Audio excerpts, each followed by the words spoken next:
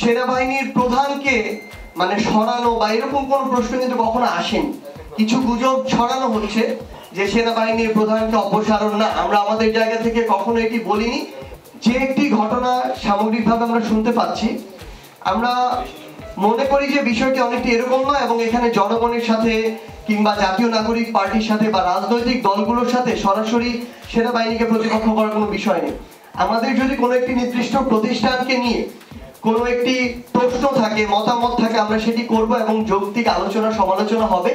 কিন্তু সবচেয়ে গুরুত্বপূর্ণ হচ্ছে কখনো আমরা এই অভ্যুত্থানের পক্ষের যারা শক্তি ছিলাম তারা আমরা কখনো এই বিষয়গুলোতে মুখোমুখি অবস্থানে কখনোই দাঁড়াবো না।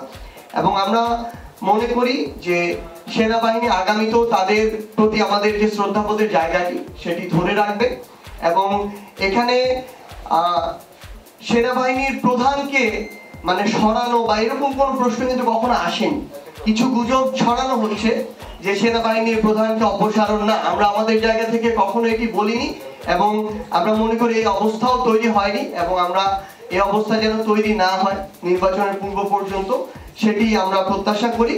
বাংলাদেশ সেনাবাহিনীর সাথে প্রতিষ্ঠান হিসেবে রাজনৈতিক দলগুলোর এবং আমাদের যে শ্রদ্ধাশীল যে সম্পর্ক, আমরা চাই সেই সম্পর্কটি সবসময় ছিল, আছে এবং আগামীতেও থাকবে।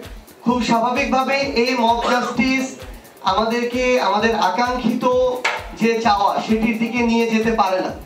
কারণ দিন শেষে আমরা যদি আমাদের সুষ্ঠু বিচার ব্যবস্থা চাই, আমরা চাই আমাদের বিচার ব্যবস্থা, আইন শৃঙ্খলা রক্ষাকারী বাহিনী আইনানুগভাবে তাদের ফাংশনগুলো করুক, আবার একই দিকে আমরা যদি মব জাস্টিসের এই বিষয়টি কেউ করে তাহলে দুইটা কিন্তু সাংঘর্ষিক হয়ে যায়। সো আমরা এটাকে সমর্থন করতে পারি না, বরং মনে করি কেউ যদি অন্যায় করে, অপকর্ম করে, তাকে আইনগত প্রক্রিয়ায় শাস্তির আওতায় নিয়ে আসা উচিত।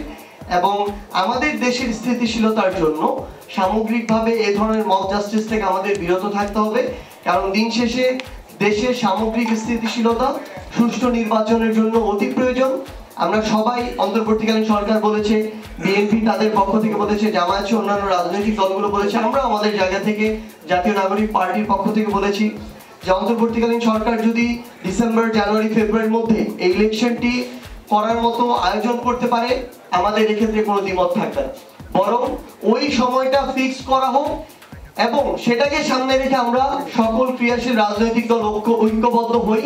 আমাদের ভিতরে বিন্দুমাত্র সন্দেহ না থাকুক যে ইলেকশন কবে হবে, সেই টাইমটা ফিক্সড হয়ে যাক, এবং সেটাকে তখন আমরা এক পাশে রেখে সবাই মিলে ঐক্যবদ্ধভাবে ফ্যাসিস্ট আওয়ামী লীগ এবং সকল ধরনের অপতৎপরতার বিরুদ্ধে আমরা ঐক্যবদ্ধভাবে কাজ করি।